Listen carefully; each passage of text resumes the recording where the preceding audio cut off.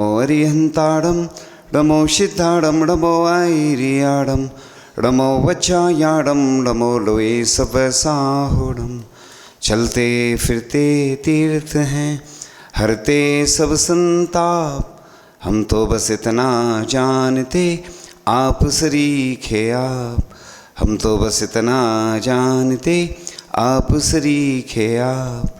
कुंडलपुर के बड़े बाबा की, परम पूज्य आचार्य भगवान गुरुदेव शिक्षवाड़ विद्यासागर जी महामुनिराज की, परम पूज्य भाभी आचार्य महाराज श्री समय सागर जी महामुनिराज की, परम पूज्य मुनि शिक्षवाड़ विमल सागर जी, अनंत सागर जी, धर्म सागर जी, आगम सागर जी, पुनीत सागर जी महाराज की, 3 करोड़ मुनिराजों की। पूज्य भाव सागर जी महाराज की जय, मुनि संघ की जय, आर्यका संघ की जय। आचार्य भगवान का दमोह है, कई बार आना हुआ और कुंडलपुर सिद्ध क्षेत्र पर जब 1976 में उनका आगमन हुआ तो उनके संग में साधुओं की संख्या ज़्यादा नहीं थी, लेकिन आचार्य भगवान ने जब पहली बार बुंदेलखंड में जब आए और बड़े बाबा के दर्शन किए तो बस आचार्य श्री बड़े बाबा के ही हो गए। और तभी से उनके मन में एक भावना जागृत हुई कि इस मंदिर को बड़े बाबा के अनुरूप बड़ा बनाना है। लेकिन आचार्य भगवान हमेशा प्रयास करते रहे, लेकिन वो योग संयोग नहीं बन पाया। लेकिन आचार्य भगवान ने समाधि धारण के पूर्व पिछले 2 वर्ष पूर्व में एक पंचकर्णक महोत्सव, महापंचकर्णक महोत्सव के माध्यम से पूरे संघ को बुलाया, क्योंकि उनका स्वास्थ्य इंदौर से लेकर के अभी वर्तमान तक लगातार उनका शरीर कमज़ोर होता जा रहा था। बीच बीच में बहुत सारी विघ्न बाधाएँ उनके शारीरिक रूप से आती रहीं और हम लोग भी आचार्य भगवान के पास जाने को ही थे। और फिर अचानक बिहार तो चल ही रहा था, उसी ओर समाचार मिला है, वो सब आपको जानकारी है, चूँकि संक्षिप्त में ही बताएंगे। और अभी मुनि श्री आगम सागर जी महाराज ने एक संस्मरण या दृष्टांत के माध्यम से बताया कि एक ब्रिटेन का जो प्रधानमंत्री है वर्तमान में, उसका नाम है ऋषि सुनक, और वो भारत आया। तो भारत आया और किसी जैन व्यक्ति के यहाँ वह गया और उसने पूछा कि ये फ़ोटो किसका लगा हुआ है। तो उस व्यक्ति ने बताया कि ये परम पूज्य आचार्य श्री विद्यासागर जी महाराज का फ़ोटो है।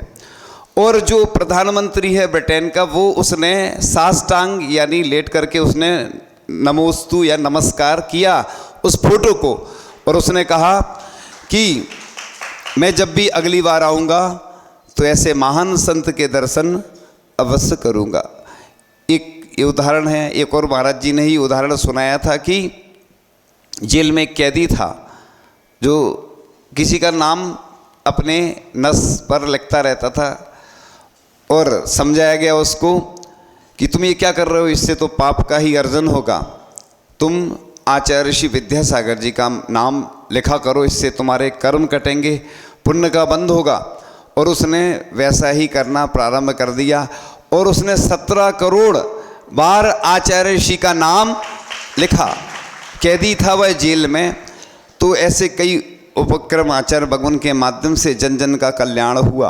तो जिस दिन हम लोगों को मालूम चला, ऐसे चला कि दुनिया की जितनी संपत्तियां थी हम लोगों के पास सब चली गई हों, और आचार्य भगवान की पूर्ति तो कोई कर ही नहीं सकता है। और हम लोग सब दुखी हुए, और आज भी सब कुछ ऐसे लगता है, कोई काम करते हैं ना तो बस वही पुरानी स्मृतियां आचार्य भगवान की आ जाती हैं।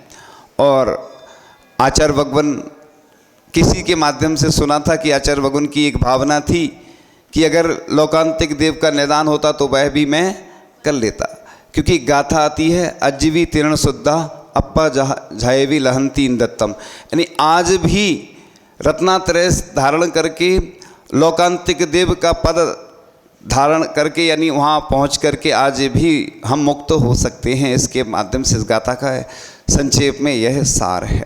मूलाचार में भी भट्टकेर स्वामी जी ने लिखा है, भिक्कम बक्कम हियम सोदी चरदि निच्चु सु साहू एसु सुदबद साहू भणिया जिण सासणे भयबम मूलाचार में आचार्य भट्टिकेर स्वामी कहते हैं कि आज भी किसी साधु की भिक्षा शुद्धि है, हृदय शुद्धि आदि आदि, इसके बारे में शॉर्ट में संक्षेप में यही कहा गया है कि ऐसे साधु को भगवान कहा है। तो हमारे आचार्य भगवान इतने पवित्र हृदय के थे, उन्होंने जन जन का कल्याण किया।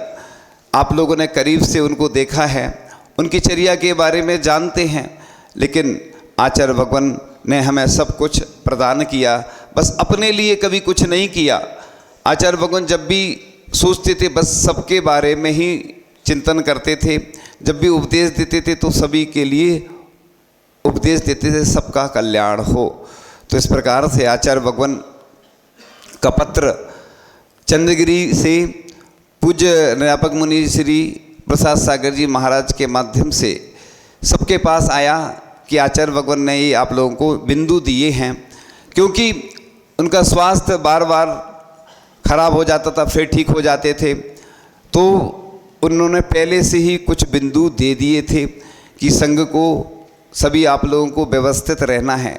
उनको पहले से ही ज्ञात हो गया था कि अब कुछ भरोसा है नहीं, और आचार्य भगवान ने आपको मालूम है कुंडलपुर के पहले से ही उन्होंने संघ को व्यवस्थित करना प्रारंभ कर दिया था, संघ छोटा कर दिया था। इससे ही ज्ञात होता है उन्होंने जो समाधि धारण की है जैन दर्शन में, उसको मृत्यु महोत्सव कहा है, वीर मरण का है। उन्होंने तो अपना कल्याण कर लिया, लेकिन उनकी पूर्ति तो कभी हो ही नहीं सकती।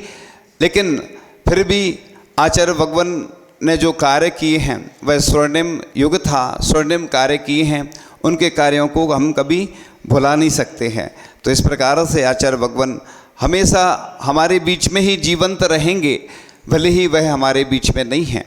तो हम लोग सभी पूरे संघ को संकेत मिले कि कुंडलपुर पहुंचना है, सभी संघ पहुंच रहे हैं, कुछ पहुंच चुके हैं, और अभी हम लोग भी निरंतर आगे बढ़ते चले जा रहे हैं। और राजस्थान में थे जब हम लोग, फिर जब आचार्य श्री की संलेखना का समाधि मरण का समाचार मिला, मंदसौर के पास वही पार्श्वनाथ के पास थे, वहाँ से विहार करते हुए बीच में कुछ स्थानों पर कुछ दिन रुक करके बीच बीच में लगातार विहार चल रहा है। अब तो बड़े बाबा की सीमा में ही आ गए हैं, तो अब ऐसा नहीं लग रहा है कि अब विहार करना है, अब छोटा सा ही विहार है। लेकिन 6 तारीख को किसका मंगल प्रवेश होना है ना, आप लोगों को जानकारी होगी। अभी चूँकि कंफर्म नहीं है इसलिए हम नाम नहीं ले रहे हैं, आप लोग समझ जाएंगे। हम कुछ काम ऐसे करते ना जो ऑथराइज रूप से बोलने में, हाँ, तो हम लोगों को कब कैसा व्यवहार होगा अभी हमें भी कोई जानकारी नहीं है। यहाँ तक का था हम लोगों का, दमोह तक का, दमोह आ चुके, आगे का कैसा कब क्या व्यवहार होगा, ठीक है।